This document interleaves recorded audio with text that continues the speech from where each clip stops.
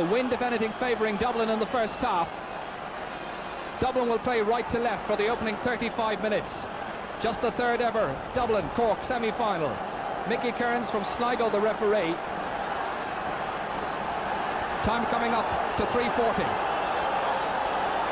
Most of the critics are going for Cork in this semi-final. Shea Fahy, the first piece of possession for Cork, taken down by Vinnie Murphy. One of the early arrivals here at Croke Park. Larry Tompkins. Kicking into the rain, it's going to be Barry Coffey. Towards Dennis Allen, fisted away by Jerry Hargan. Clark in a tussle over there, and a shoulder challenge on Larry Tompkins. Linesman signals it's going to be a Dublin ball.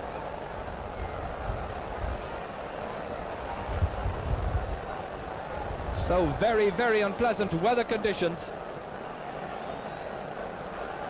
Keith Barr, who hit some really lengthy ones in the Leinster final against Meath. First sideline kick, deep. And sliding on the top service.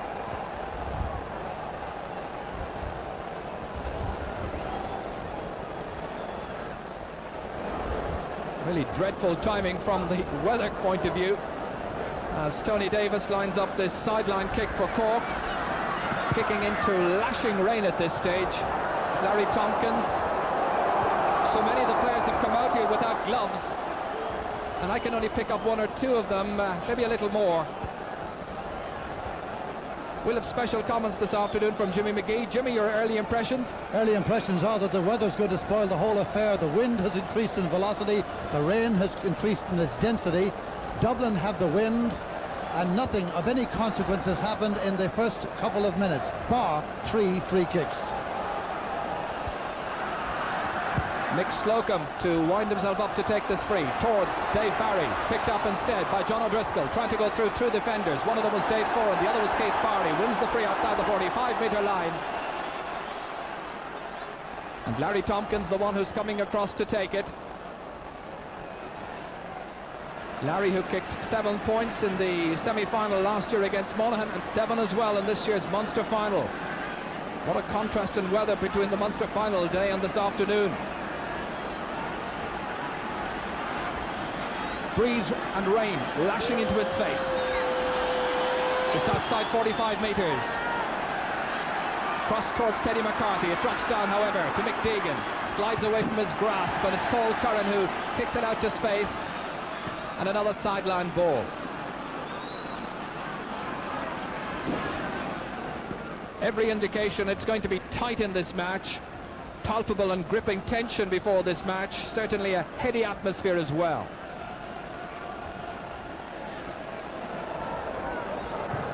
Barry Coffey's kick. Good deep one as well. Teddy McCarthy in there roaming. John O'Leary making a good clearance to Kieran Duff. Dully, as they call him. Towards Vinnie Murphy. Trying to round Conor Coonahan, linking up again with Kieran Duff. This about 60 metres out from the Cork goal, in towards Joe McNally. Good catch from Joe McNally. Good distribution as well to Paul Clark. Looking for the opening score. That's on its way.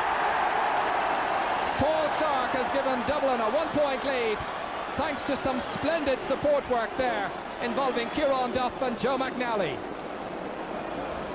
Murphy was involved as well, but it really was that fine catch by McNally which set up that fine point.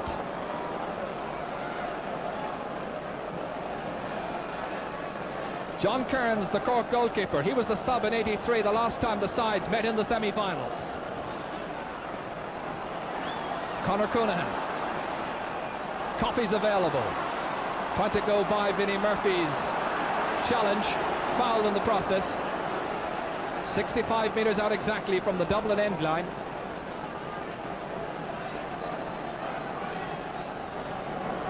Tommy Carr, who was superb in the Leinster final. Coffey's kick towards Dennis Allen, fisted down however by Keith Barr. Deegan getting himself out of trouble, but not a good pass, trying to link up with Tommy Carr, but good astute positioning nonetheless by Dave Foran. Here's Keith Barr, a long lengthy one down towards Joe McNally, and even Joe at his fittest was unlikely to get onto the end of that one. A player who really has trained very, very hard over the last couple of months to get into top match shape for this championship encounter.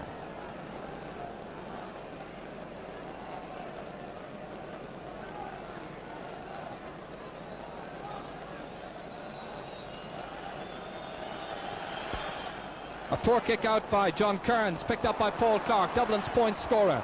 Trying to get away, but he overcarries. Larry Tompkins was the one who was putting in the challenge, the referee right beside Paul Clark.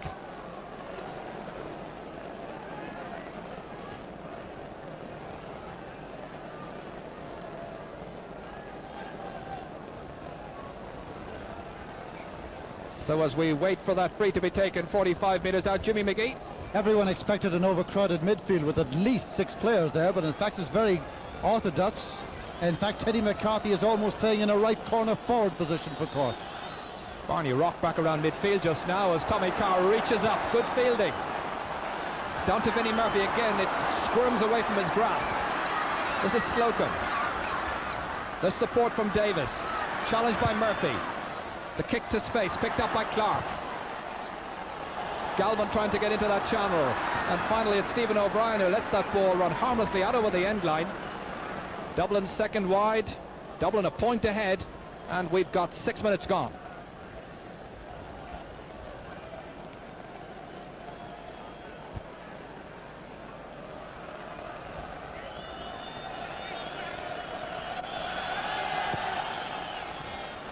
Not such a good kick out again from John Kearns. Vinnie Murphy picks it up, judges the bounce to a tee, fouled by Jimmy Kerrigan, and that's going to be a free into Dublin. Barney Rock teeing himself up for it. This can make it 2-0.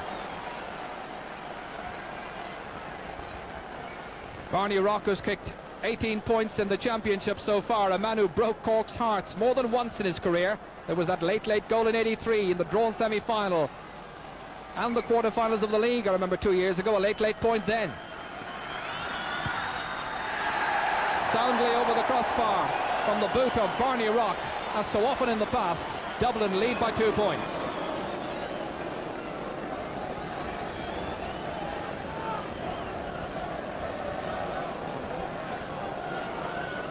John Kearns forced to miss last year's semi-final because of an injury.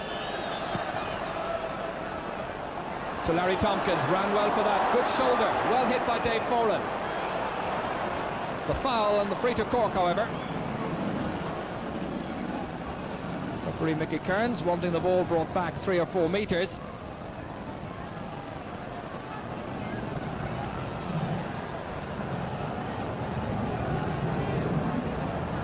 Larry Coffey, people like Teddy McCarthy to aim at in attack rather than midfield as the speculation had it. That's Tommy Carr mopping up well at centre-half back.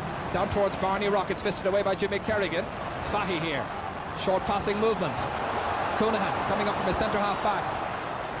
Into space, that was intended for Dennis Allen, but Hargan read it well. Towards Kieran Duff, Jimmy Kerrigan there too. This is Coffey.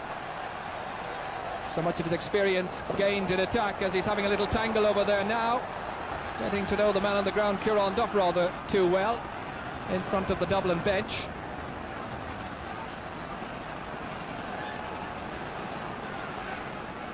Very smartly taken. Coonahan losing possession and a sideline ball for Dublin.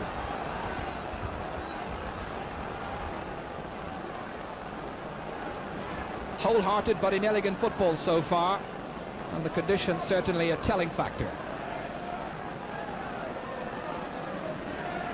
McDagan holds on to his place following a solid, impressive display against Meath. And Shea Fahy, but the ball was out over the sideline before he made contact.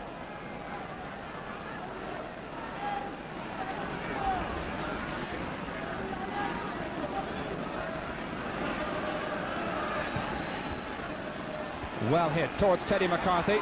Drops down, however, thanks to the challenge over there of Keith Barr. To the hands of Paul Curran. He recovers. Jersey tugged, and the referee not allowing him an advantage outside the 45-metre line. And Paul Curran, hoping that history will repeat itself in his particular family circle. His father Noel, of course, was a member of the Meath team that beat Cork in the 1967 All-Ireland final. So Barney Rock once again called up for duty. Point already to his credit. Cork yet to score. Almost 10 minutes gone, first half.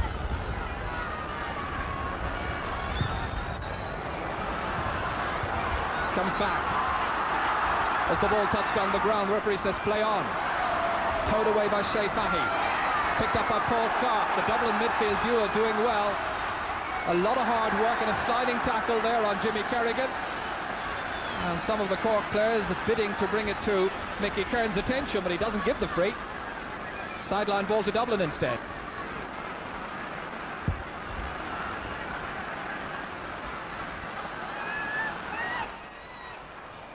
Barney Rock.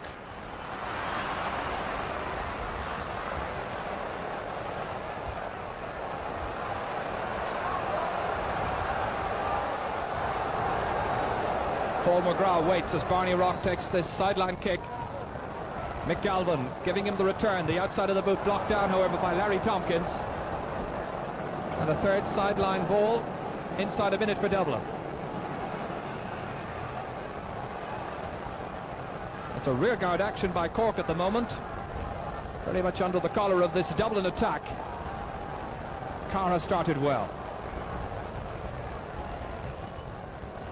Good centre. Oh, Vinnie Murphy! It's a goal for Dublin! A goal for Dublin after 11 minutes of the first half. Vinnie Murphy the scorer.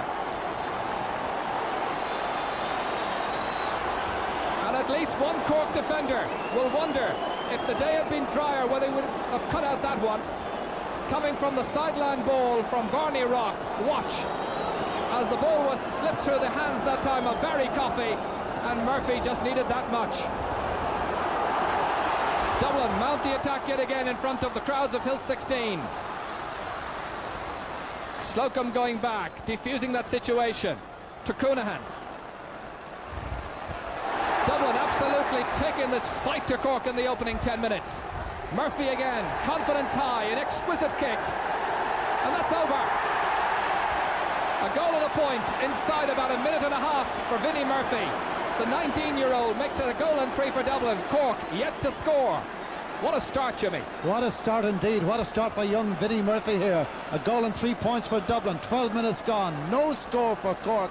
Dublin dominating the midfield, where Paul Clark is the best of the four conventional midfielders, moving around and making full use of the wind and the rain. Good start by the Dubs. Really good.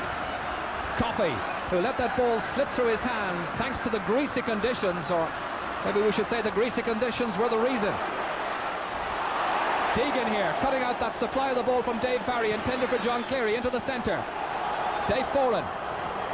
He's marking Shea Fahy. And Paul Clark, his man this afternoon is Larry Tompkins.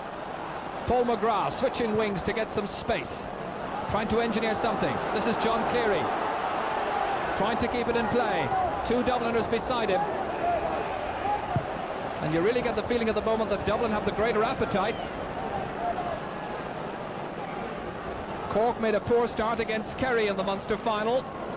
But can they recover from this fine start made by Dublin? Cleary. That's Paul McGrath. Good run, trying to get inside Mick Kennedy. Players calling for it inside, and it wasn't released smartly enough by Paul McGrath. And the referee signals a foul on the ball, and it's going to be a free out for Dublin. John O'Leary, who kept goal against Cork in the two 1983 semi-finals. Very experienced campaigner, the first of those championship matches against Offaly in the 1980 Leinster final. That's Paul Clark doing well. Tommy Carr. That's Curran. Belting it into space. Kieran Duff trying to get inside. Galvin likewise, and it's Davis who fists it away at the expense of the game's first 45. An enterprising kick into space could have caused a lot of trouble. Kieran Duff expecting it, Galvin there too, and Davis did exceedingly well.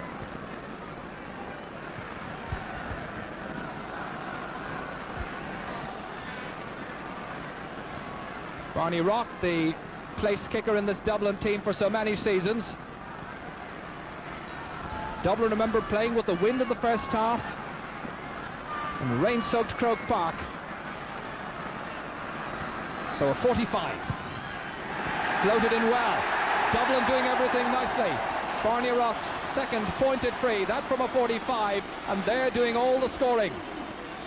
That was another assured pointed free, Jimmy, by Barney Rock. Absolutely. I'm beginning to wonder now how far away a change is in this Cork team. Will we soon see Teddy McCarthy go to midfield, Dave Barry go from centre half forward, and Larry Tompkins go in there? I think it is very close. Kearns kick out, and that's Teddy McCarthy, and the referee decided that he committed the foul there against Eamon Heary. Billy Morgan on his feet across on the far side of the field, I can tell you, trying to inspire his defence to weather this particular storm they're going through. And we've just got a quarter of an hour gone in the first half. Remember, a goal and 4 points for Dublin. Cork yet to score. Heary's long kick wide of the target, the third in all.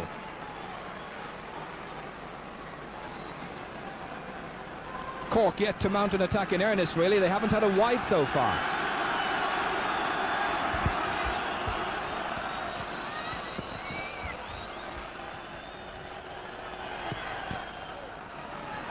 A good kick out by John Kearns this time. High in the air, however. Dublin grouping well, and that's Vinnie Murphy. The ball touched on the ground. Tony Davis now coming away from the corner-back position.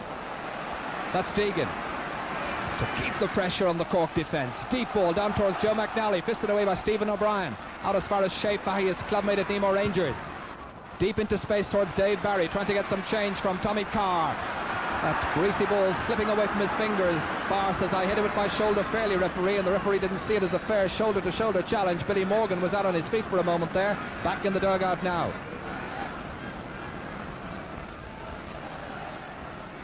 So Dave Barry, who engineered this free, which Shea Fahy is lining up to take.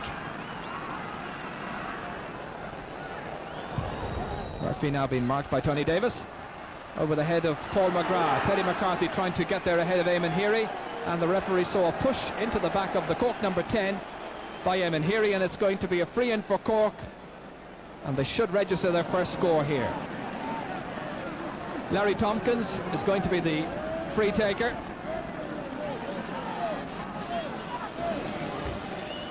Larry has kicked 14 points in the championship so far. Cork's first point, thanks to Larry Tompkins from the free situation, 13 metres out. So 1-4 to 1 point.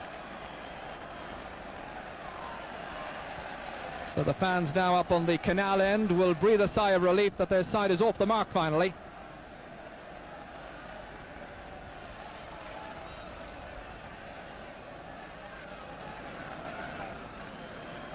Shea Fahy very deep approaching this kick out, I can tell you. Tompkins out around the middle of the field. That breaks down to Tony Davis marking Vinnie Murphy at the moment. A switch in the Cork lineup. Larry Tompkins now on the 40, and Teddy McCarthy has indeed gone to midfield, and it's Dennis Allen to keep this ball in play ahead there of Jerry Hargan. That reaches Mick Slocum, trying to set up another Cork score. Paul Curran very much on a roving commission, the marking. Dennis Allen having to really chase after that one, not such a well-directed pass. Trying to keep it on the ground ahead of Jerry Hargan, and the sideline ball. And John Cleary there feeling his arm, following a challenge there with Mick Deegan. Cleary part of the championship set up 2 years ago, and the Cork side that reached the final against Meath that year. Tompkins, the sideline kicker. Dave Barry, one of those to aim at if he decides to float it in. Trying to go for a score, I think, and it's John O'Leary gets under it and gathers it well. And another sideline ball as that one ends up in the Cusack stand.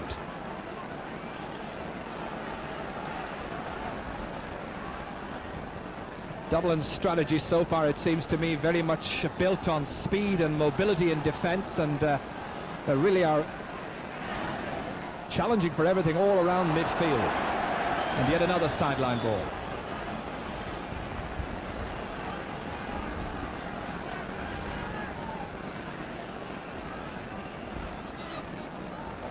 20 minutes gone in the first half. Tompkins once again the taker, and I know there are Cork people who prefer somebody else to take these sideline balls and have Larry inside to challenge for them. Perhaps he can find the range on this occasion. Teddy McCarthy under it, so too is John O'Driscoll, and it doesn't count. It's a penalty. The referee is giving a penalty to Cork. The goal doesn't count. John O'Driscoll buried it in the back of the net, and it all came from that sideline ball from Larry Tompkins. The referee in there spotting a foul, and Paul McGrath and Mick Kennedy here exchanging pleasantries, and the referee calling across Paul McGrath and taking his name. McGrath becomes the first player. At least the notebook seems to be out. Whether the name is going in is another matter. I don't think he did record the name. We'll give him the benefit of the doubt. John Cleary is going to be the penalty taker. His side trailing by 6 points, and Mickey Kearns went in to warn John O'Leary about advancing too quickly. So a dramatic moment in the first half. 21 minutes gone. O'Leary faces John Cleary from the penalty. Expertly put away. There was a confidence and authority in the way he struck that penalty. Cork right back in the match. The fans delighted up on the canal end. His technique from the penalty depending on an expertly placed shot, and Cleary's an expert.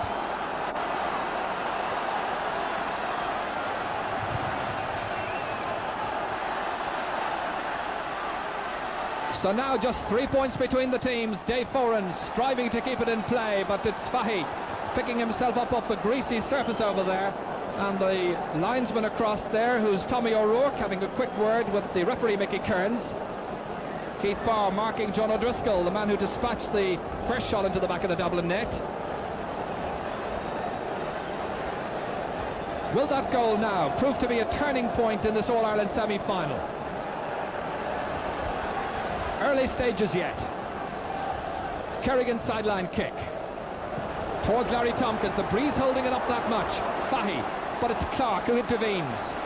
A trip there on Paul Clark as John Cleary willingly takes it away down the other end.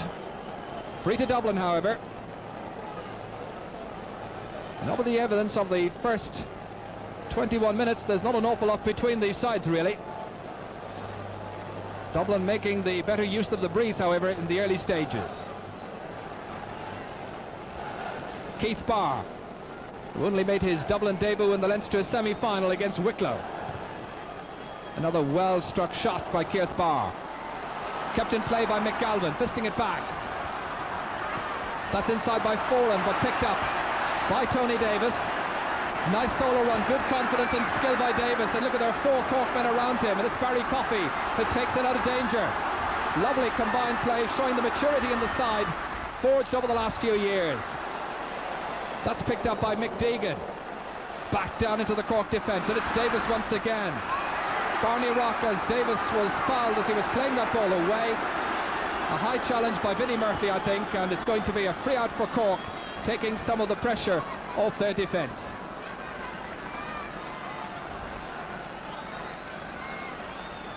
Kerrigan the taker. McCarthy under it. Paul McGrath trying to link up with Teddy McCarthy, stopped by Mick Kennedy. Mick Kennedy, who does some magnificent work sweeping across the entire full back division.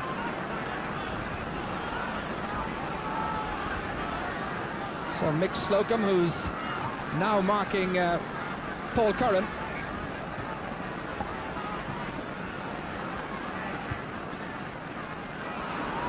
That's a poor sideline kick. Mick Deegan picking it up with good timing. Down to Mick Galvin. Galvin marked by Barry Coffey. A good release inside to Deegan. An attack-conscious defender. Nice sidestep, but the referee says, no you don't. You took too many steps. And a free out to Cork. Well, Jimmy McGee, I wonder how that goal by Cork, that penalty goal by John Cleary, will affect the outcome of this match. Well, it certainly came at an opportune time for Cork, but they're still having trouble at midfield. They've been alternating with Tompkins and Barry centre-half forward and midfield, but so far no decent supply to the forward line, and anything that has come through to the full forward line has been snapped up, in particular by Michael Deegan, who is outstanding at right corner back for Dublin. We're watching Mick Slocum. Two men to aim at, Dennis Allen and John O'Driscoll. They're Cork's front line of attack. And it's Dennis Allen keeping it on the ground. And it's Kennedy who comes across again. Splendid covering by Mick Kennedy. And Jerry Horgan went across straight away to say, well done to the cornerback from St. Margaret's. Well, Dennis Allen was away in a hack that time.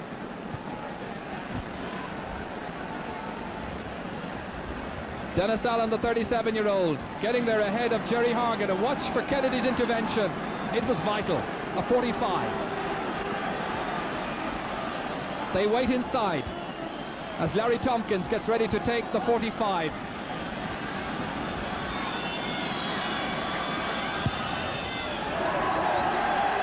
Held up on the breeze, and John O'Leary going there, challenged by Teddy McCarthy, and the referee allows play to continue.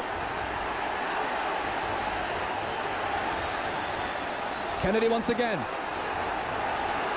And here he is back there, exchanging words with Teddy McCarthy.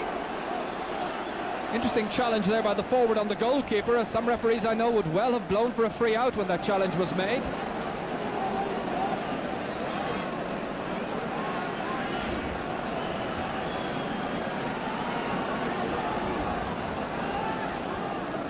So Kennedy, who prevented a near certain score for Cork with that intervention, taking the free.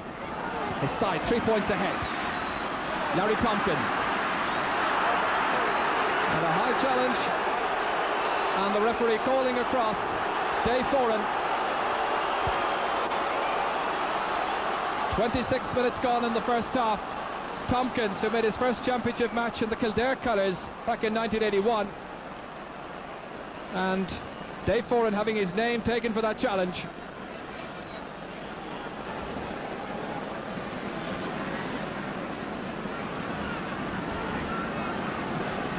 Dublin, who had a good lead early on, still ahead by 3 points, and they'll have to retain their composure and cohesion all over the field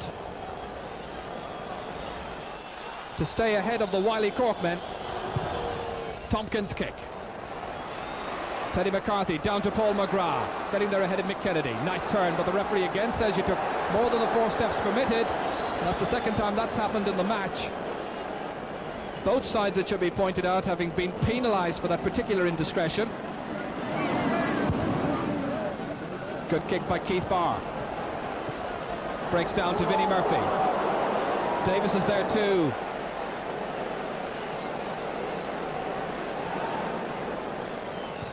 Shea Fahy taking the free quickly inside towards John O'Driscoll. Mick Kennedy challenged by Paul McGrath. There was a nudge into the back, quite clearly seen by referee Mickey Kearns. And that's 2 decisions going against Paul McGrath in the last few minutes.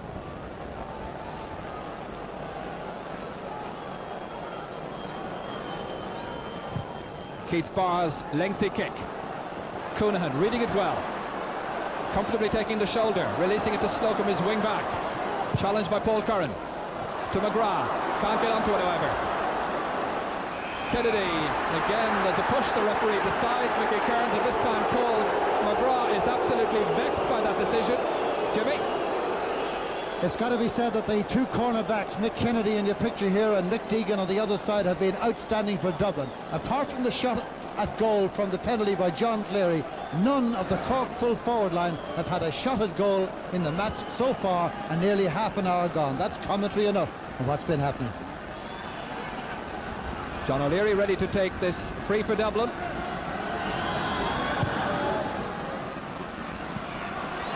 Curran letting it drop down. Here he's in there as well with Dennis Allen.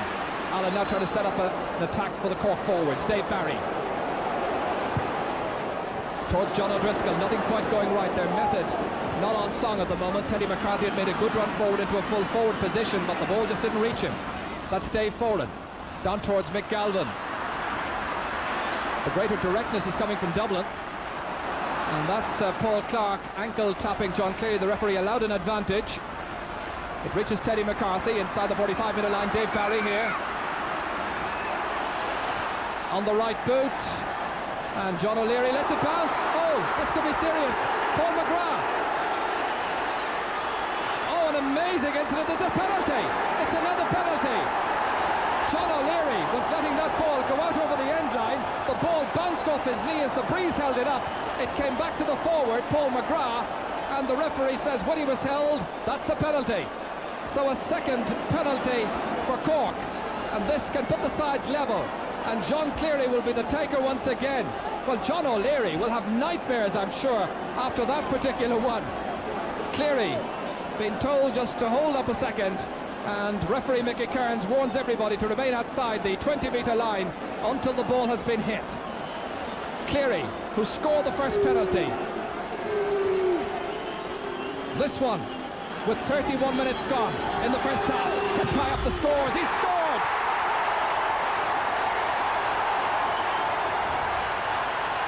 Exactly 10 minutes after the last penalty, John Cleary levels up the match. Dublin 1-4, Cork 2-1. The two goals coming from the penalty. And once again, the pressure on Cleary. It went the same direction, the same way, roof of the net on this occasion. Cleary's second goal. Well, that has tied up the scores. And it's an intriguing semi-final now. And we've got a free in for Cork for overholding. Jimmy. Well, John O'Leary, remember the Leinster final against Meath when he played a ball he mightn't have, and Liam Hayes got onto it and made a goal for Matty McCabe. Earlier on there he played one he might have let go out behind, and Teddy McCarthy challenged, and then there was that penalty. O'Leary will be haunted. McCarthy is challenging again. And it's over the bar, and Cork are in front for the first time in the semi-final. Demonstrating their fine skills now. The confidence is very high indeed. Optimism high as well. And 3.5 minutes to go to the half-time whistle. Teddy McCarthy's first score in the match. In fact, just looking down at the records, it's his first point in the championship as well this year, and a vital one. There was a push over there by Jimmy Kerrigan on Barney Rock. Free to Dublin. And Barney just wondering whether he's going to be needed to take the free or not, and Dublin very wisely opt to leave Mick Deegan take the free. Sean Murphy, one of the Cork mentors in the background there. And an off-the-ball incident I can tell you about. There's a Dublin player lying down on the ground and looking around. It seems to be Keith Barr. And Mick Kennedy's going across to Dennis Allen, as you see, for something that happened off the ball, and a very ugly incident developing right now. The game was played in a fine sporting manner up to now by and large. It's an occasion even for pulling out the gum shield there, and the referee needing the assistance now of his linesman Dennis Melia, and the taunting there from the Dublin fans up on Hill 16 as Keith Barr was floored that time in an off-the-ball incident, and Dennis Allen, the Cork captain, called across by the referee Mickey Kearns, and the notebook, I'm sure, will be produced. Well, it hasn't been so far. Yes, it has. And so the name of Dennis Allen, the Cork captain, goes into the book.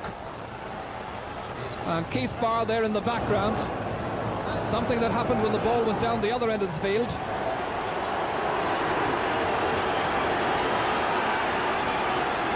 The referee may have some time on for injuries and stoppages, but we've got 2 minutes in my watch remaining in this first half. Well, they're still chatting about it as Deegan takes the free, deep. Teddy McCarthy under it, is taken away from him by Jimmy Kerrigan, however, and coming out, Stephen O'Brien. One of the youngest players ever, I suppose, to play for Cork at full-back in an All-Ireland semi-final. He's just 19, won't be 20 until late December. John Kearns to take the free. Two very evenly matched teams. The rain, thankfully, has eased off completely. Breeze not quite as strong as it was at the start of the match, still favouring Dublin. Tommy Carr giving the supply of the ball down towards Joe McNally. He fists it in, lovely into Vinnie Murphy. High shoulder, was it a fair one? The referee says play on. The Dublin fans didn't agree it was shoulder to shoulder. Barry Coffey was the one who made the shoulder on Vinnie Murphy. Here's Heary, trying to go around Dennis Allen, shoulder once again. And the referee says fouled on this occasion, and Keith Barr comes in to settle an old score, it seems, on Dennis Allen. And the referee now will have to sort out this particular incident. Keith Barr losing the head completely. Throwed a little while ago, obviously by Dennis Allen, because he was the one who was booked, and is he sent off? That would seem to be the message from Mickey Kearns. Keith Barr would seem to have got the line. He's still on the field.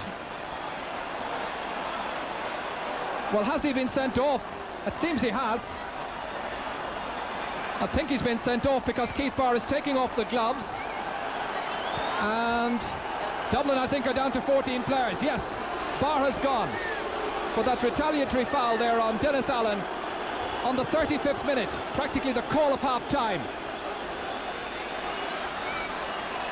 So Cork now having to play against 14 for the second time in the championship at Croke Park. Last time it was against Meath, now it's against Dublin as Barr is sent off. Well, there was a rough undercurrent to this match for the last couple of minutes. Jimmy. The man of the moment now is Micheál Kearns. He's really got to absolutely assert himself here. So believe me, this shemozzle is not over yet. Yes, some scores to be settled, one imagines, just yet in this game as Kennedy picks it up. 65 metres from his own goal. Good ball. The shoulder there by Joe McNally straight into Tony Davis. Referee's whistle has sounded as Barry Coffey takes it away. He spotted the intentional foul, and it's going to be a free out for Cork, and we are now nearly a minute into injury time. Keith Barr, then, the player, has been sent off, and Dublin having to restructure their forces in defence.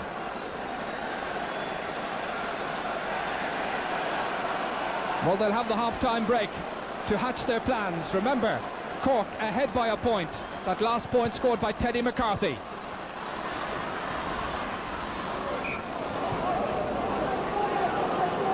Paul Clark wanting that ball back quickly. Jerry McCall there, the Dublin manager, right alongside Mick Kennedy as he takes the sideline ball. The final piece of action in this first half. It turned a little rough in the last 10 minutes. Cork drawn right back into the game thanks to 2 penalties by John Cleary, but Dublin reduced to 14 men after Keith Barr had been sent off in the 35th minute of the first half. Half-time score, Cork 2-2, Dublin 1-4, Cork ahead by a point. Jimmy McGee. Yes, a moment there that Kieran Barr will hate when he sees the video. Young Keith knew he was goaded into that, lost his temper, could not wait his time to retaliate. Not that I'm advocating retaliation, but hadn't the patience to wait to get in and knock. Next opportunity he saw, he took his own revenge, and there's only one answer to that. Off he went. It leaves his team a man short, but they've risen to it before. Yes, an interesting, dramatic and controversial first half. Sean Boylan and Mick O'Dwyer, I'm sure, will have much to say about that. That's after our commercial break, so please do stay with us.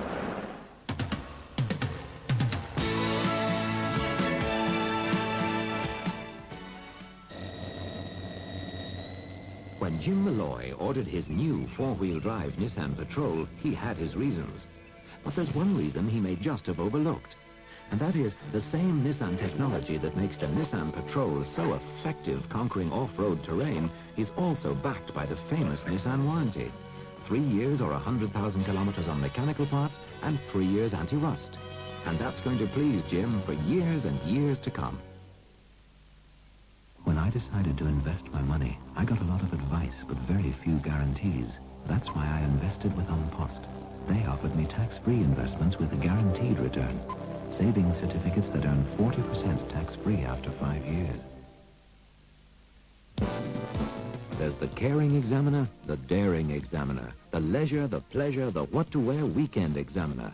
There's the global news examiner, local views examiner, the EEC, what's on TV, the lady sings the blues examiner. There's financial report examiner, what happened in court examiner, Doyle debates, how farming rates, and the whole wide world of sport examiner. The Cork Examiner, giving the news that extra dimension. We're very much alike, me and my brother, but find it hard to tell one from the other. So to tell which one is who, this is all you have to do. Get some Kellogg's fruit and fiber from our mother. It's the different kinds of fruit I find ideal. I like the crunchy whole wheat flakes. Let's make a deal. Apples, hazelnuts, bananas, raisins, coconuts, sultanas, but we must agree it's got twice the appeal. Before the rough stuff starts, reach for Crown Stronghold. Based on a rugged plastic resin, Stronghold is outdoor wall paint formulated to last. It goes on, it gets tough, and it stands firm against wind, against rain, against time itself. Your first line of defense. Crown Stronghold. Don't just paint it, crown it.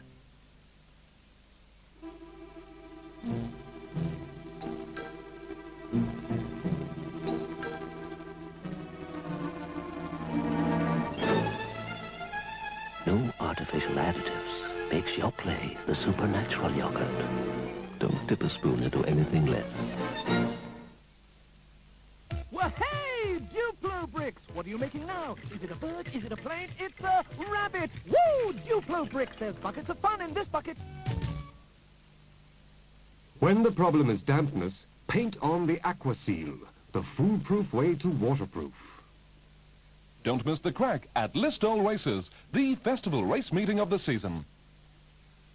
O'Herlihy's Bacon Cork, for quality bacon, sausages and home-cooked hams. For all top brands of Irish manufactured furniture, visit Colleague Furniture. Stick, prime, seal with Durabond, the strong one. For excellent repeat leaving certificate courses, contact Bruce College at Cork and Limerick.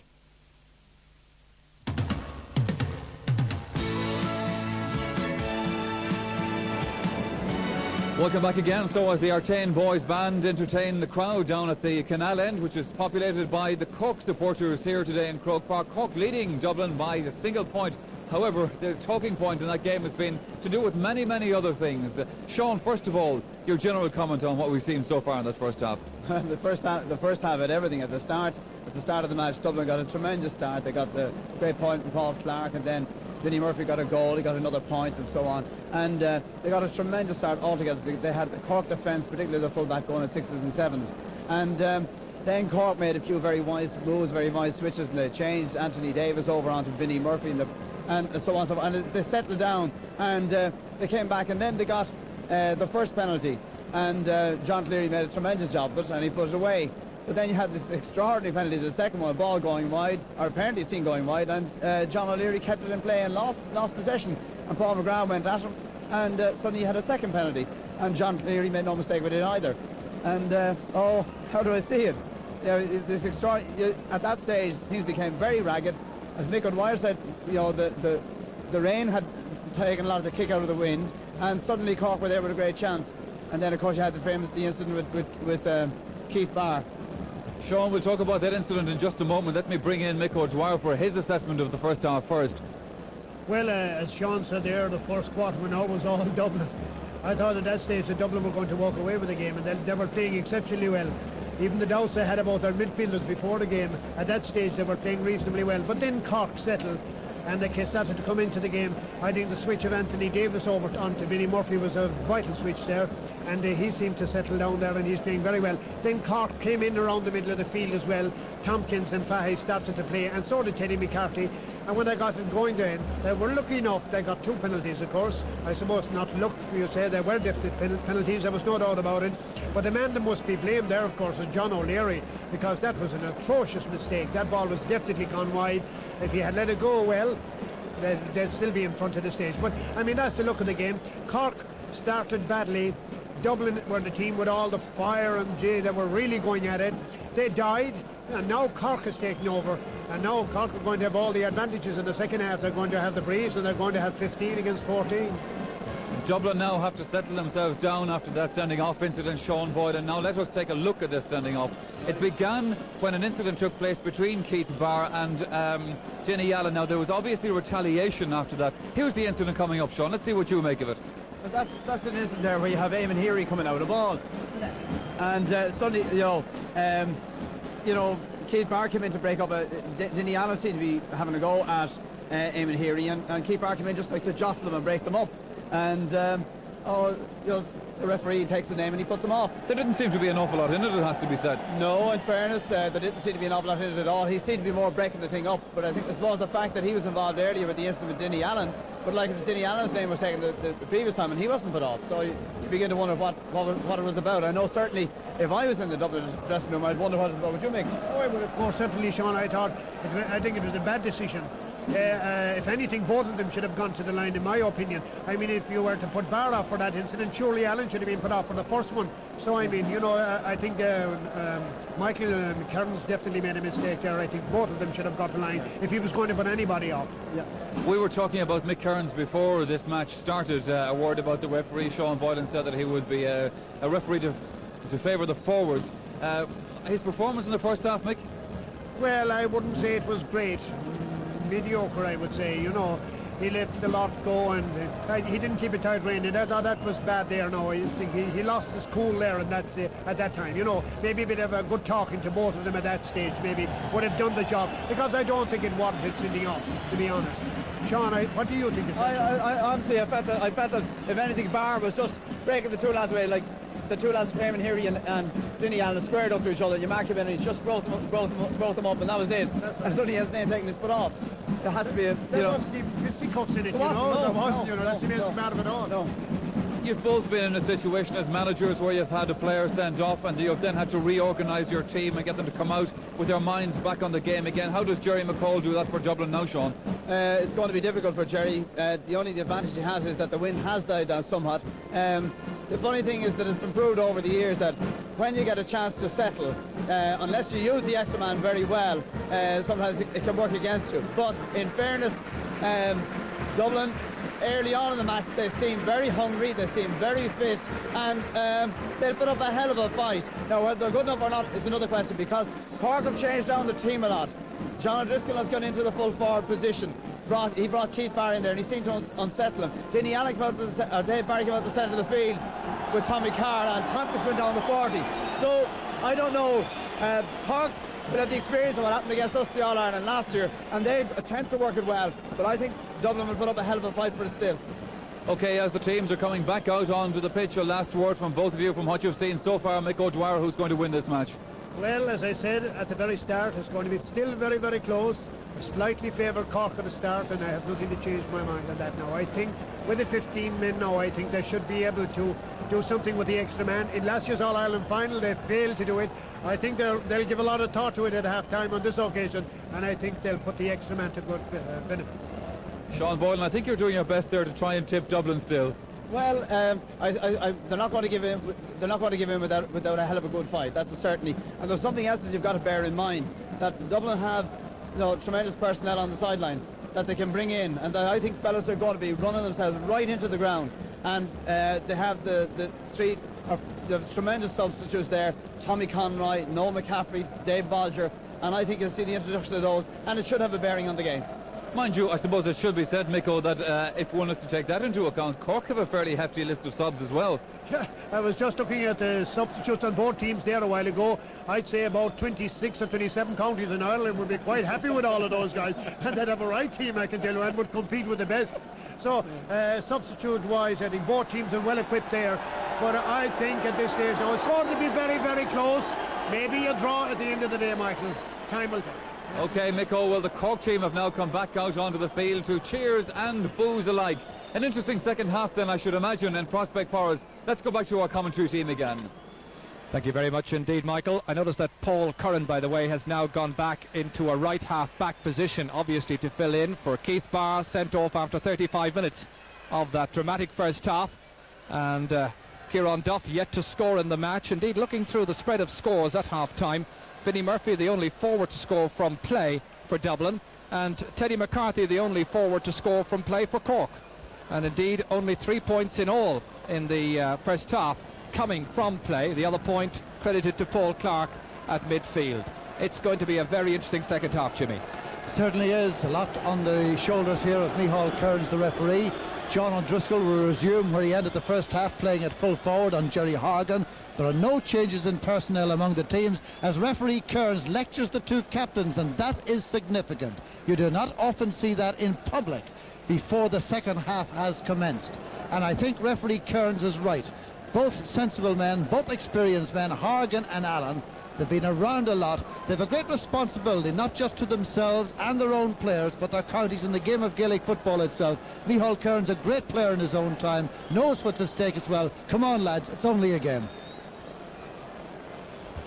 There's Paul Curran in his very first championship season, having had a memorable club championship year.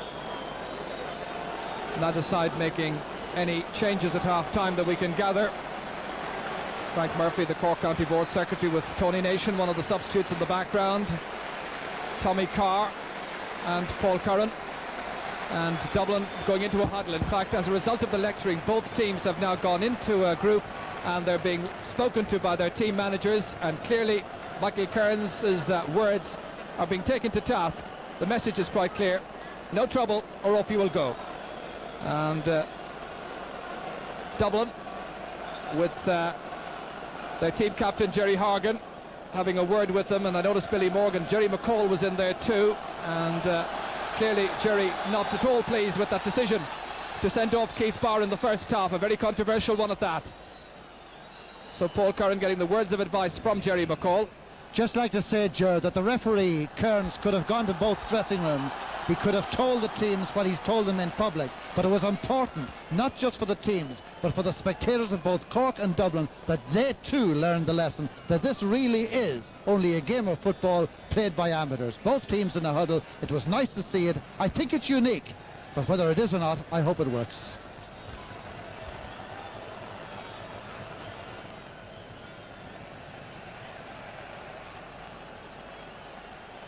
Cork playing right to left in the second half. Still ahead by a point.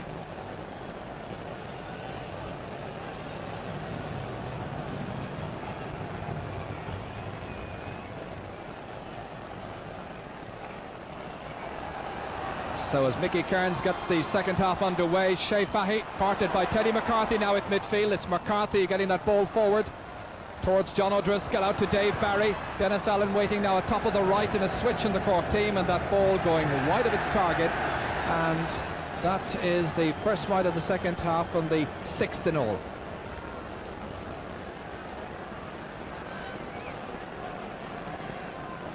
John O'Leary now the Dublin goalkeeper as Teddy waits at midfield.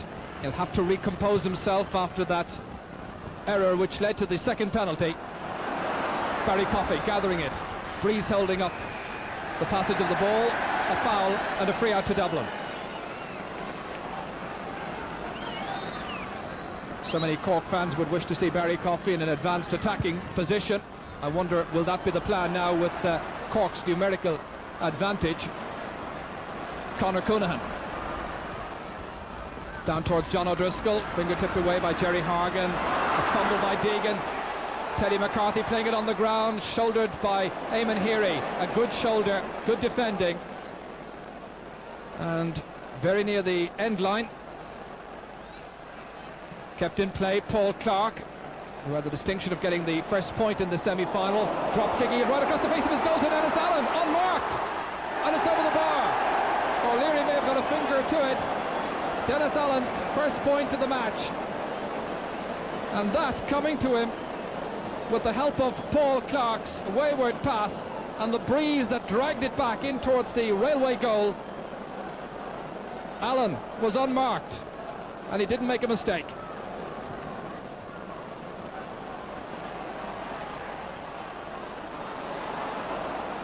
Good call by Eamon Heary, resolute in his defending. Towards Joe McNally, that's Stephen O'Brien, a defender with a good competitive streak. Into Teddy McCarthy.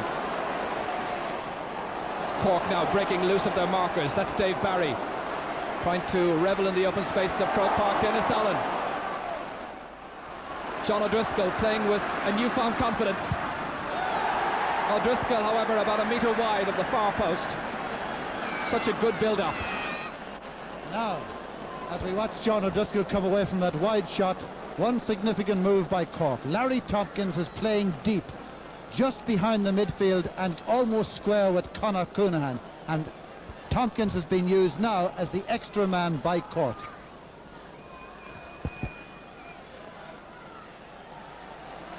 Shea Fahy tussling at midfield. It breaks down to Eamon Heary. Solid and dependable at wing back. Free quickly taken, or intended to be taken, by Kieran Duff. And Paul McGrath was standing just too near.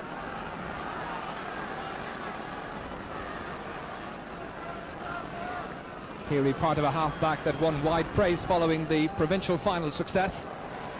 Good catch by Paul Clark, former minor captain for Dublin. Dublin 2 points behind. Held in play by McNally. Good full forward play to Paul Curran, and it's over the bar, and now there's just a point between the sides. Paul Curran's first point. He got a fine point in the Leinster final as well, and just a 1 point difference. Again, one wonders to what extent the breeze was a factor there, helping Joe McNally to keep that ball in play, but the full forward did splendidly.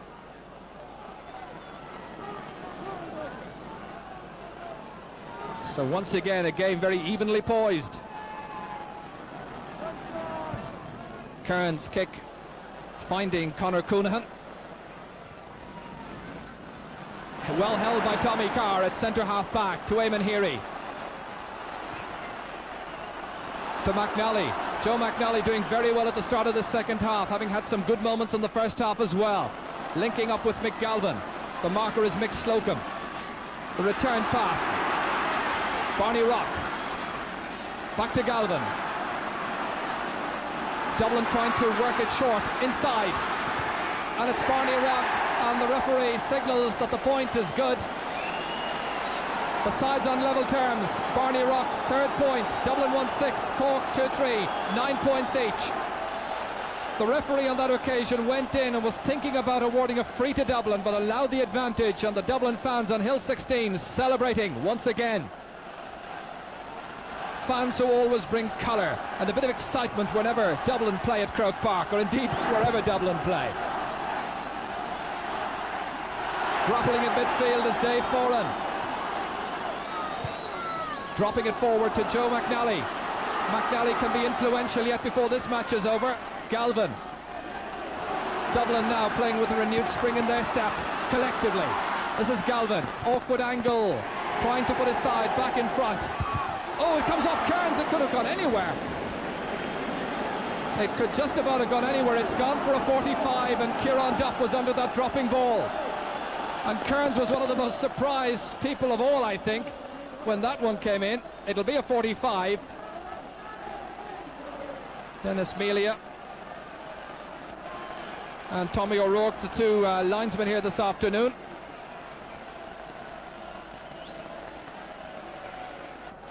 This is the incident. Watch as that ball came down from Galvin's attempt. Kieran Duff was there, and it came off the goalkeeper.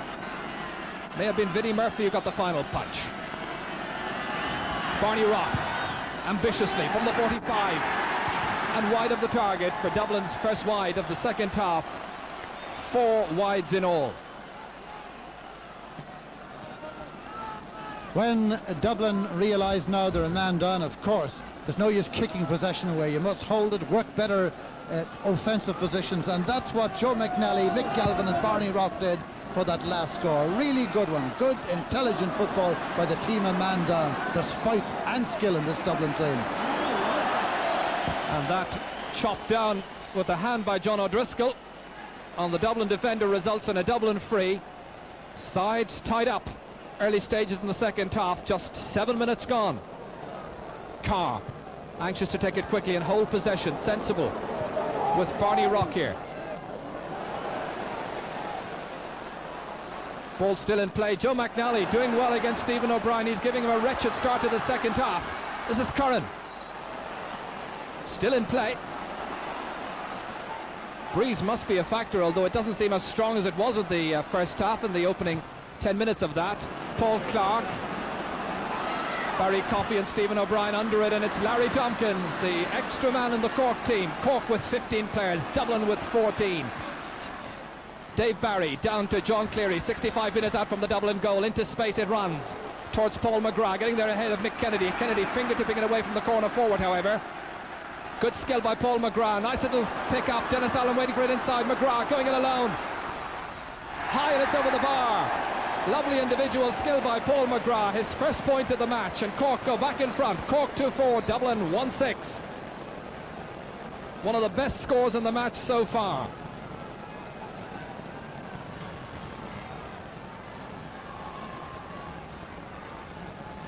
John O'Leary with a kick out from the 20-metre line, trying to pick out Paul Clark, instead finding Teddy McCarthy, shrugging away the challenge of the Dublin number 9, and then the referee says you foul the ball and it's going to be a free for Dublin, 45 metres out from their own end line.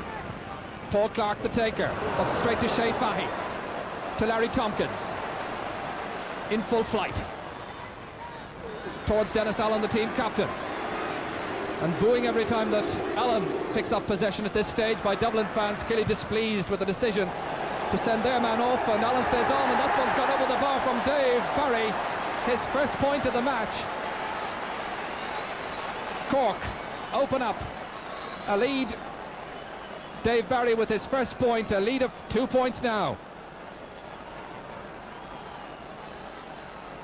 So Dublin, having come right back into the match, early stages in the second half, now finding themselves 2 points behind, 9 minutes into the second half. Dropped by Vinnie Murphy, picked up by Shea Fahy, released to Conor Coonahan, inside to Larry Tompkins, to Dave Barry, who got that last score. Again in full flight, Curran, a desperation challenge, it breaks back to the ever-safe Jerry Hargan. Kept in play well. Murphy to Curran once more, challenged by John Cleary. John Cleary, however, pushing Paul Curran, and a free for Dublin. Kieran Duff thinking about taking it, but leaving it instead to Mick Deegan. In the absence of Keith Barr down the right-hand side, Deegan having a lot of work to do, defensive duties.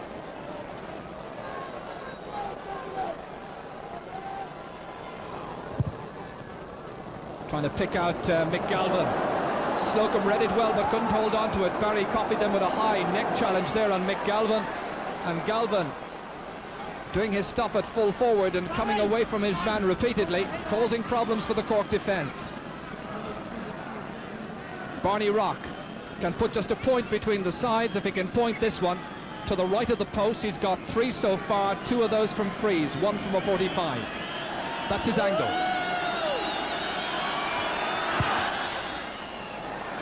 McNally under it, Vinnie Murphy there too, the goalkeeper rises high, comes back out to Joe McNally, looking for support, getting it in the form of Dave Foran, and it's off target. A good build-up, but Foran squanders a fine opening.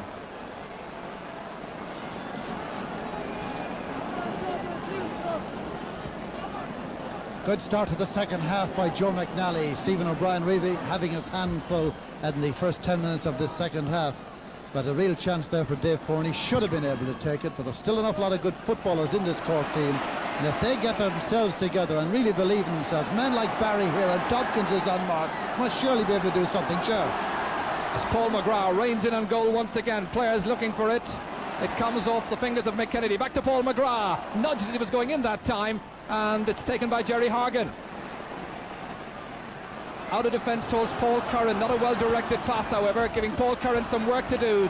Keeping it in, but then the momentum of the ball carrying it out over the sideline. Dublin making a change in attack, I note, as Vinnie Murphy seems to have gone in full forward, and Joe McNally has come out to lend assistance around the 40. Here he is.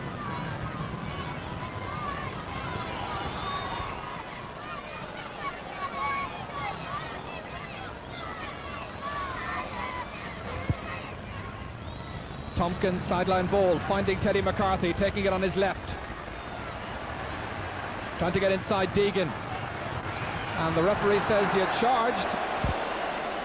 And he didn't like that attempt to get inside Mick Deegan, and it's going to be a free out for Dublin. Joe McNally's gone midfield, Anthony Davis has gone marking him, Barney Rock's gone in the full forward line, Stephen O'Brien's picking up Barney, Mick Galvin's now been picked up by Michael Slocum, and Jimmy Kerrigan's gone man-to-man marking Vinnie Murphy. Wholesale switches on both times, defence and attack, but everybody closely marked. This is Mick Deegan.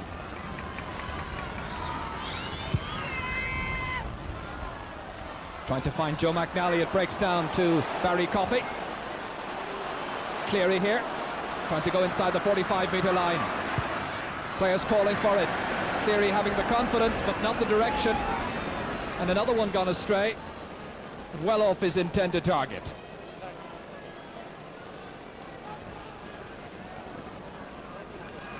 John Cleary, part of the West Cork contingent, waiting as John O'Leary now gets ready to take the kick out.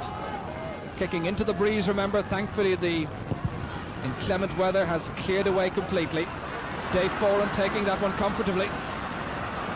Trying to get around Shea Fahy, linking up with Kieran Duff, wasn't expecting it.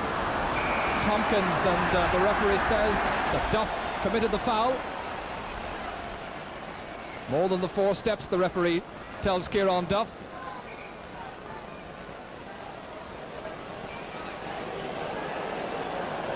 Barry Coffey will take the free.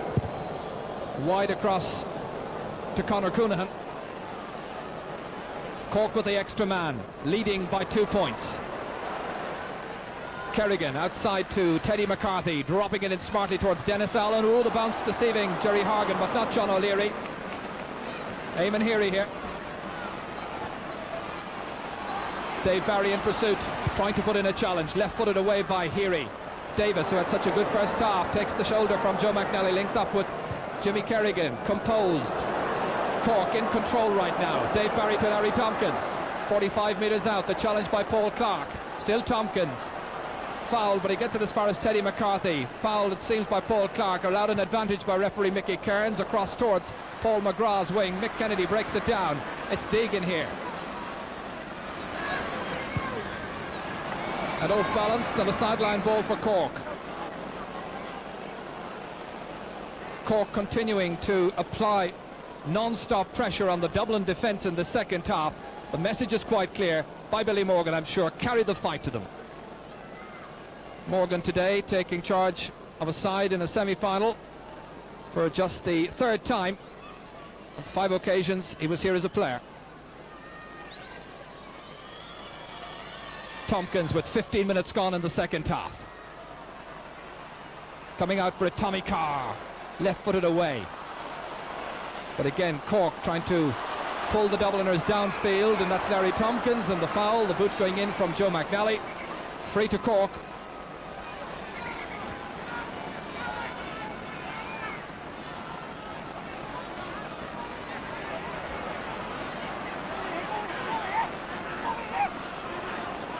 McNally back around midfield.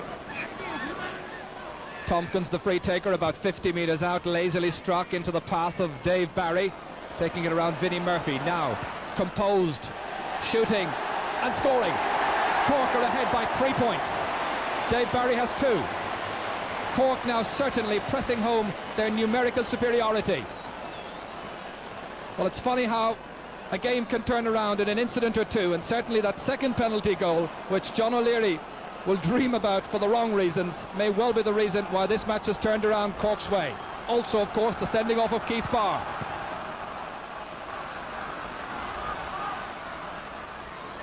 Picked up by Tony Davis. He was the extra man for a period in last year's All-Ireland final against Meath. It didn't work out then for Cork, but they seem to have learned their lesson. This is Hargan, one of the many left-footers in that Dublin defence, and again not finding a colleague. In the last 5 minutes or so, the Dublin challenge really has fizzled out somewhat. Still very much in it from the points point of view, but the defenders just not finding their men. And Barney Rock wondering whether the ball will come his way.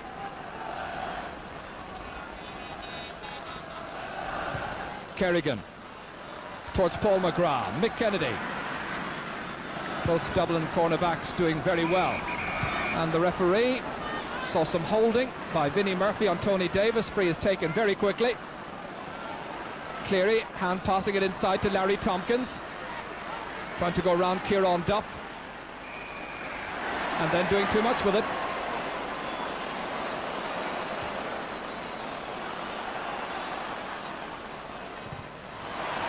Back to Eamon Heary, off the boot of Dave Barry. Dublin heads seem to have gone down just a little bit in the last 5 minutes, needing a score now just to lift their spirits and keep the hopes alive. And Barney Rock trying to get inside Stephen O'Brien. Jerry McCall on the far side there, his first semi-final as Dublin manager since taking charge in October 1986.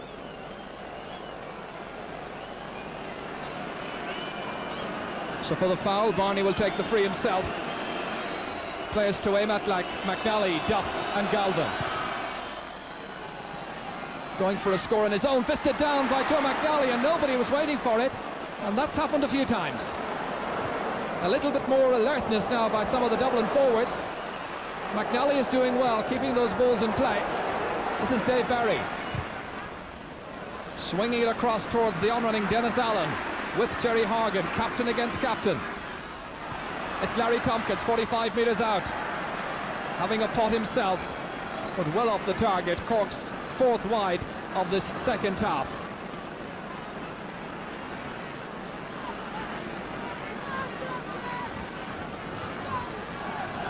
Dublin with just 2 points in the second half so far, Cork with 4, and we have nearly 18.5 minutes gone in that second half. Barry Coffey well under the dropping ball, playing so well. Paul Curran getting that pass inside to Dennis Allen. Cork with a greater buzz, but not the finishing power just yet. So Allen once again fails to accept what's a good opening, and Cork are creating quite a few of these right now. This is their best spell in the match. Will they rue so many of these misses, as happened so often in the past in major championship encounters? Heary, realising his side is very much in it, just 3 points adrift, and plenty of time, and the referee not allowing an advantage. Well, Dublin fans won't be at all pleased with that, because Paul Clark was clear through, but Mickey Kearns resorting to the whistle. Kearns awarding the free to Barney Rock then. Barney with 3 points so far.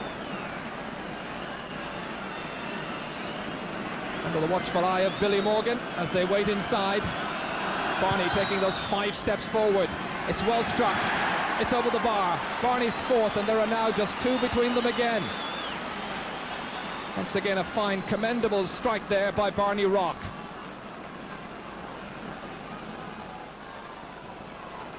Cork having a lot of possession, many chances for points, but not availing of them to any great extent so far.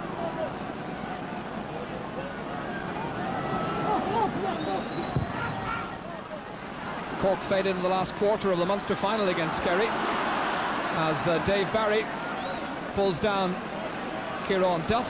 I'm sure Dublin will be hoping that that pattern of fading out of the match will happen yet again this afternoon. We're in the last quarter now, just under 15 minutes to go, and Noel McCaffrey is warming up on the far side. Heary with that free for Dublin. Barney Rock reaching up, but it's taken away by young Stephen O'Brien. The release quickly to Shea Fahy outside to Barry Coffey. Coffey composed into space to Paul McGrath, getting there ahead of Mick Kennedy, threading it beautifully to Dennis Allen. There's a goal chance here. He takes the point instead. Allen's second point, pushing Cork back into a 3-point lead. So a goal between the sides. Dennis Allen the scorer. Paul McGrath doing well to get it into Dennis Allen, and look how much ground he'd made ahead of Jerry Horgan. Might have gone for a goal, but he's satisfied with a point. There are 3 astute brains in this Cork team now: Tompkins, Barry and Allen. Allen taking up some very intelligent, good positions in and around the goal, causing problems from double defenders. It's just thinking alone. And here's one of those defenders, Mick Kennedy, who's played resolutely today, but Allen is beginning to be a thorn at our Tompkins and Barry. It looks as though Cork might do it in the next few minutes. 13 minutes remaining as we watch Tommy Carr try to get around 3 Cork players, one of them Teddy McCarthy, one of them John O'Driscoll, and he holds on too long, and Tommy says, well, what could I do? I just hadn't any chance to play it out, but Mickey Kearns awarding the free, and you can be sure that Larry Tompkins will be the one who will get ready to take it, and it's Anto McCall, I think, who's ready to come in. Anto, who also came in when the sides met in the 83 semi-final, so a piece of history repeating itself if he gets into the fray. And Tommy Conroy is also getting ready, so a number of subs being warmed up just now. Conroy and Anto McCall. Meanwhile, back at the ranch, Larry Tompkins with this free, his side 3 points ahead, 2-7 to 1-7. Larry has only got 1 point so far in this match, and that from a free in the first half. Now, deep into the second half. That's a mighty one. Under pressure. Larry Tompkins kicks his second point of the afternoon. First in the second half, stretching Cork's lead. Well, it's a game with abundant heart and determination, played by two sides, laced with driving ambition. Of that there's no doubt, but Dublin are down to 14 men. Vinnie Murphy trying to bridge a 4-point gap now, up towards Mick Galvin. Stephen O'Brien, toe poking it away, but only as far as Barney Rock for Dublin. Inside, Conor Coonahan, or Larry Tompkins rather, fumbling, but it's Shea Fahy who picks it up. Here's Coonahan. Into space. McDeegan going up for that race with John Cleary, and the ball beats them all, and it's going to be a Dublin sideline ball, despite the protestations there of Cleary, as Anto McCall and Noel McCaffrey there, one of the subs and the team doctor, issuing a little bit of encouragement. If they come in, can they win this match? There are 11 minutes to go. This is Kerrigan. John Cleary with space and time to set up an attack for Cork. Towards Dennis Allen. It comes off Allen, I think, rather than Hargan, but down as far as McDeegan. Kieran Duff here.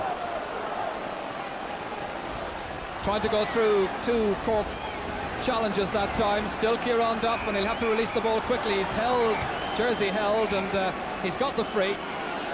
Barry Coffey, the player who concedes it eventually. Barry was telling us that he's in for a bit of a slagging tomorrow if he doesn't win this match, because he works here in Dublin. Dave Foran. Curran. Good move by Dublin. The outside of the boot by Curran, however, fails to produce the score that the fans desire and the teams yearn for. Tommy Conroy is coming in, the tall substitute from St. Vincent's, giving the little slip of paper, and Mick Galvin, it seems, is the one who's making his way off. So number 15 called off by Jerry McCall, the team manager. Galvin failed to score this afternoon, despite setting up some good chances for others. Looking through the spread of scores for Dublin, Kieran Duff yet to score, McNally still to score also. Meanwhile, Paul Curran with a point to his credit. Foraging well down that left wing, and it's Tommy Conroy straight in the action. Can he make a difference? Teeing it for Joe McNally, drops it down to Vinnie Murphy. Dublin needing a goal. Still Vinnie Murphy, and the referee says you're charged, and it's a free out. Vinnie, I'm sure, with thoughts in his head of maybe setting up a penalty or something like that, but the referee not entertaining the pleas. And Cork continue to lead by 4 points, and there are now 9 minutes remaining in this All-Ireland football semi-final, a place against Mayo at stake. Dave Barry taking it with comfort into the channel that time, stopped by Tommy Conroy, outside to the waiting Mick Slocum, punting it forward into the path of Paul McGrath. Mick Kennedy is there as well. Still Paul McGrath, lovely tight control, got a lovely point in the second half, this time trying to set one up for someone of the other forwards. John O'Driscoll maybe, or Tompkins, taking it in his stride and putting it wide of the target. Larry not quite as influential in this semi-final.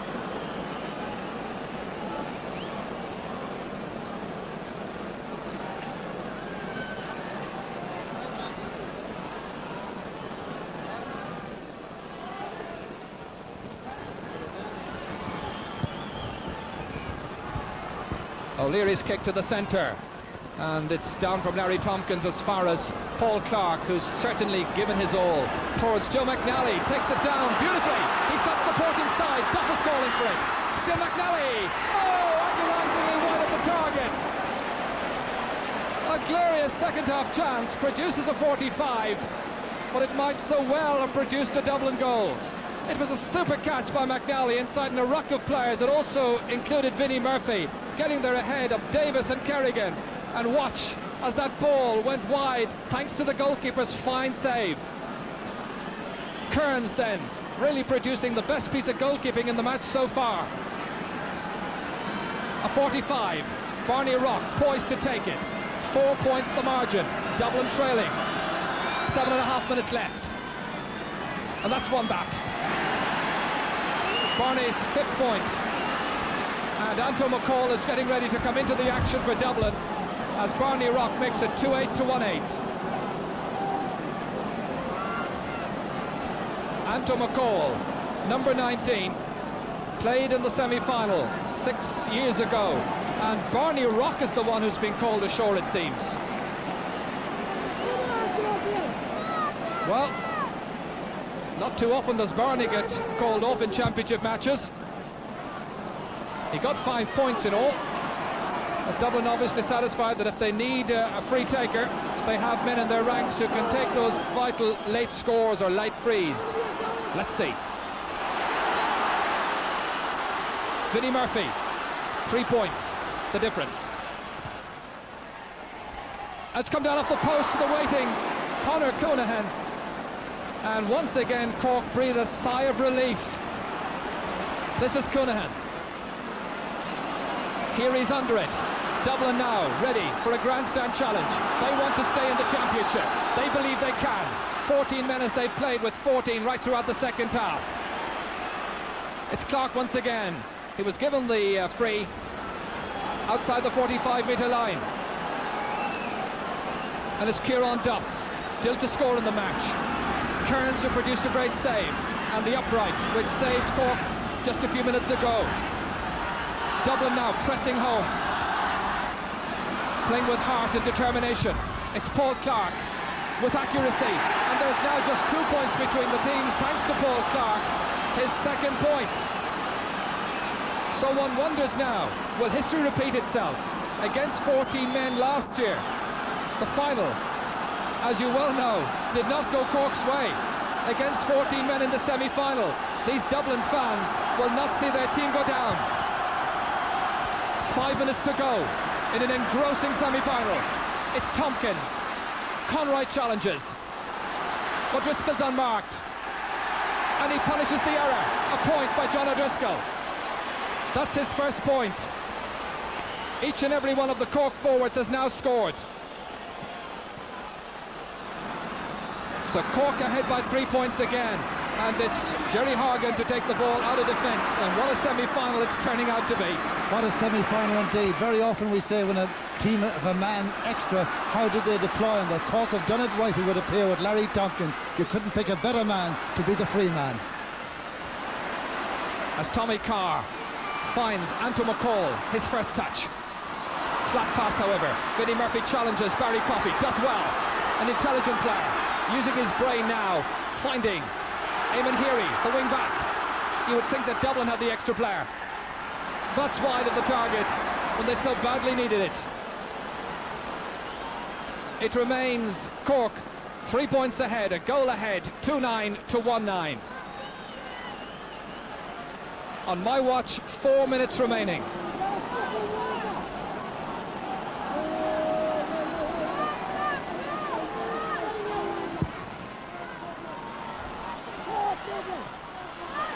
It's Larry Tompkins who gets it, despite the trip, from the kick-out. To Slocum. Dublin challenging for everything. But Cork composed, finding gaps and finding their men. And it's Dave Barry, his side, 3 points up. Trying to put another point between them and perhaps a little bit more daylight. That's John O'Leary comfortably taking that shot at goal outside to Paul Curran. Nice balance and control. And the 20-year-old advances a good 30 metres. Still Paul Curran, but the Dublin forwards now needing the pass inside. And then he touched the ball on the ground, and it was a throw rather than an illegal hand pass. And it puts the pressure right back on the Dublin defence. Barry Coffey will be the kicker, it seems. No, it's Larry Tompkins who's going to take responsibilities. 3 minutes remaining. Dublin, who've not lost a semi-final since 1965 when Kerry defeated him, and since then they've had 10 memorable wins, but now really under pressure as they've been with their 14 men, and as Tommy Carr mysteriously punches it backwards but gets the return from an alert John O'Leary. O'Leary has settled down well in the second half. His confidence must have taken a shattering. This is McDeegan, adventurously carrying it in forward as far as Eamon Heary, leaving it inside for Joe McNally, getting there ahead of Jimmy Kerrigan, Anto McCall, and it's very wide of the target. Dublin have had their chances in the second half, of that there's no doubt. 2 minutes remaining now. And there haven't been too many stoppages in the second half. The sunlight now in Croke Park, and the sun shining brightest of all for Cork, the Munster champions. Jerry Hargan fly kicking it away with the left foot as far as Shea Fahy, however. Still Fahy. And the referee, I think, going to throw the ball in between Dave Foran and Shea Fahy. At least that would have been the intention. Larry Tompkins says, I'll take a free if you like. No, you don't, says Mickey Kearns. It reaches Larry Tompkins. Trying to link up with Dave Barry, cut out by a vigilant Paul Curran. But a very slack clearance. So with just over a minute to go, it would seem to be Cork. Jerry McCall, bitterly disappointed, no doubt. Controversial moments in the first half. But Cork, the more composed side, despite the pressure coming from Dublin in the second half, and they've got the vital scores. Is it to be a first ever Cork-Mayo All-Ireland football final? Paul McGrath finding Larry Tompkins. Fouled. The more it goes on, the more it seems it certainly will be a first ever Cork-Mayo final. If that's the case, not one of the four competing teams in the hurling of football finals would have a senior All-Ireland medal winner in their ranks. I wonder has that happened for a long, long time. 25 seconds remaining on my watch. Larry Tompkins, with 2 points to his credit, curls it. And that's another beauty. That surely now will seal Cork's victory.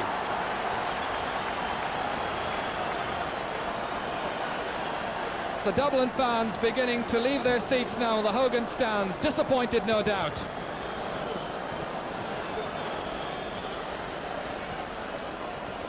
Heary, and the sideline kick favouring Cork. We're in injury time. 4 points the margin.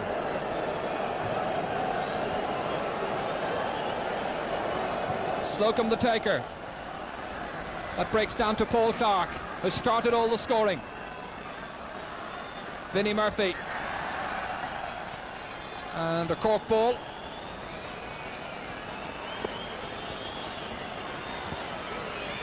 The game now well into time added on for injuries.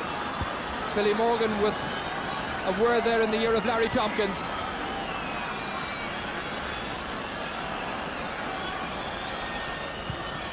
Driven deep. And it's Cork for the final in 4 weeks' time. Cheered on by the Cork subs and by their fans now getting ready to invade Croke Park. They overcome the challenge presented by Dublin. Dublin, who were reduced to 14 men when Keith Barr was sent off on the call of half-time. And it's Cork who win in the end by 4 points. The final score, which the Cork fans will rejoice in, was Cork 2-10, Dublin 1-9. Cork's